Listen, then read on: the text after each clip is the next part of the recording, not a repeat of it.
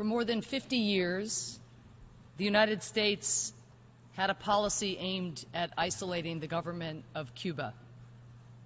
For roughly half of those years, UN member states have voted overwhelmingly for a General Assembly resolution that condemns the U.S. embargo and calls for it to be ended. The United States has always voted against this resolution. Today, the United States will abstain.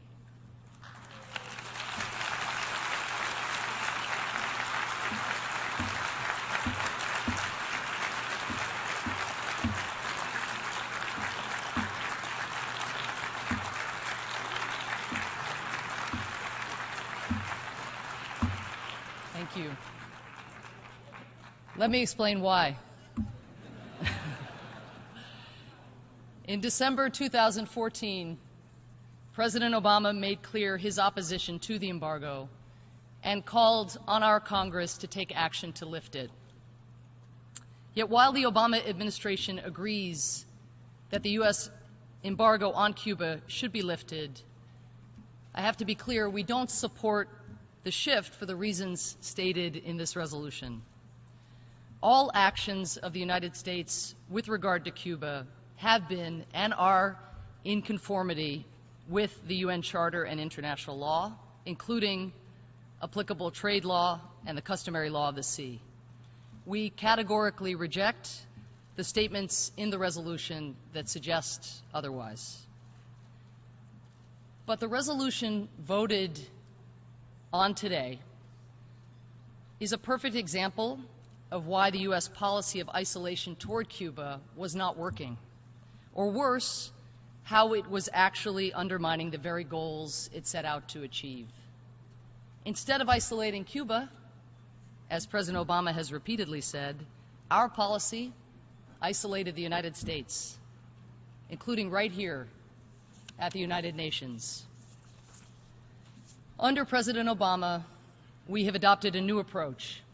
Rather than try to close off Cuba from the rest of the world, we want the world of opportunities and ideas open to the people of Cuba. After 50-plus years of pursuing the path of isolation, we have chosen to take the path of engagement. Because, as President Obama said in Havana, we recognize that the future of the island lies in the hands of the Cuban people, of course. In the nearly 2 years since President Obama announced the shift in our approach, we have amended the regulations implementing the embargo 6 times, most recently on October 14th, finding ways to increase engagement between our governments and our people. We have reestablished diplomatic relations with the government of Cuba, reopened embassies in our respective capitals, resumed regularly scheduled commercial flights between the U.S. and Cuba, facilitated people-to-people travel, eased restrictions on American businesses and entrepreneurs who want to do business in Cuba, and stopped limiting how often Cuban Americans can visit their families on the island. President Obama memorably became the first sitting U.S. president to visit Cuba since 1928, and in a much more modest journey here in New York, I made the first visit by a U.S. ambassador to the UN to Cuba's mission to the United Nations since the Cuban Revolution. Today, we add to that list the first ever U.S. abstention on the UN General Assembly resolution calling for the embargo to be ended. Abstaining on this resolution does not mean that the United States agrees with all of the policies and practices of the Cuban government. We do not. We are profoundly concerned by the serious human rights violations that the Cuban government continues to commit with impunity against its own people, including arbitrarily detaining those who criticize the government, threatening, intimidating, and at times physically assaulting citizens who take part in peaceful marches and meetings, and severely restricting the access that people on the island have to outside information. As President Obama made clear when he traveled to Havana, we believe that the Cuban people, like all people, are entitled to basic human rights, such as the right to speak their minds without fear and the right to assemble, organize, and protest peacefully. not because these reflect a U.S.-centric conception of rights, but rather because they are universal human rights, enshrined in the UN Charter and in the Universal Declaration of Human Rights, which all of our 193 member states are supposed to respect and defend. Rights that are essential for the dignity of men, women, and children, regardless of where they live or what kind of government they have. Let me be among the first to acknowledge, as our Cuban counterparts often point out, that the United States has work to do in fulfilling these rights for our own citizens. And we know that at times in our history, U.S. leaders and citizens use the pretext of promoting democracy and human rights in the region to justify actions that have left a deep legacy of mistrust. We recognize that our history, in which there is so much that makes us proud, also gives us ample reason to be humble. We also recognize the areas in which the Cuban government has made significant progress in advancing the welfare of its people, from significantly reducing its child mortality rate to ensuring that girls have the same access to primary and secondary school as boys. But none of this should mean that we stay silent when the rights of Cuban people are violated, as member states here at the United Nations have too often done. That is why the United States raised these concerns directly with the Cuban government during our historic dialogue on human rights in Havana on October 14th, which shows that while our governments continue to disagree on fundamental questions of human rights, we have found a way to discuss these issues in a respectful and reciprocal manner. We urge other member states to speak up about these issues as well. The United States believes that there is a great deal we can do together with Cuba to tackle global challenges. That includes here at the United Nations, where the decades-long enmity between our nations has at best been a distraction and at worst an obstacle to carrying out some of the most important work of this institution and helping the world's most vulnerable people. Let me close by giving just one example, a very moving example. In 2014, we were confronted with the deadliest outbreak of Ebola in our planet's history.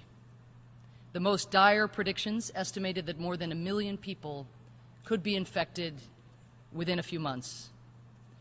Yet, while experts made clear that the only way to stop the epidemic was to confront it at its source, the international community was slow to step up. Many were paralyzed. It was in that context that President Obama decided to deploy more than 3,000 U.S. personnel to the epicenter of the outbreak, where they joined hundreds of Americans working for non-governmental organizations and humanitarian agencies in the hardest hit areas. President Obama also set about rallying other member states to do their part. One of the very first countries to step forward was Cuba, which sent more than 200 health professionals to the region, an awe-inspiring contribution for a country of just 11 million people.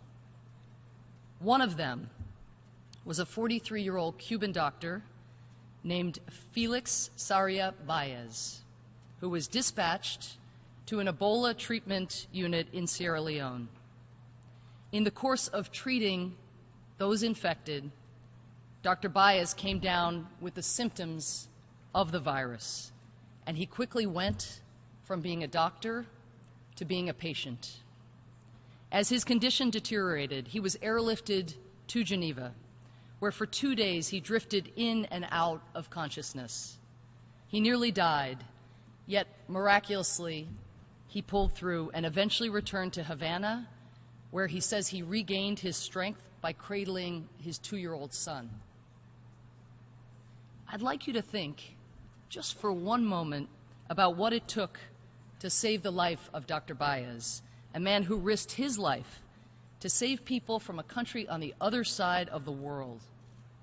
He was initially treated in the clinic where he worked, which had been built with the help of a US-based NGO. From there, he was transported to a clinic run by doctors from the British Ministry of Defense. Then he was airlifted to Switzerland aboard a medical transport plane operated by an American charter service. Upon arriving at the hospital in Geneva, he was treated by Swiss doctors with a Canadian-developed experimental treatment. Look at all the nations that played a part in saving the life of that brave doctor. A doctor who, after recuperating in Havana, actually chose to return to Sierra Leone so that he could rejoin his colleagues in the field, saving the lives of Sierra Leoneans. Dr. Baez and all his colleagues belonged to Cuba's Henry Reeve contingent, which responds to international disasters and epidemics and takes its name from a young American born in Brooklyn who, at the age of 19, traveled to Cuba to join the country's struggle for independence and gave his life in 1876, fighting alongside Cubans for their freedom. When Dr. Baez returned to Sierra Leone, he was asked why he had come back after all he had been through. He said simply, "I needed to come back. Ebola is a challenge that I must fight to the finish here to keep it from spreading to the rest of the world." That, what I've just described, is what the United Nations looks like when it works. And noble efforts like these are precisely why the United States and Cuba must continue to find ways to engage, even as our differences persist. Today, we will take another small step to be able to do that. May there be many, many more, including, we hope, finally ending the U.S. embargo once and for all. I thank you.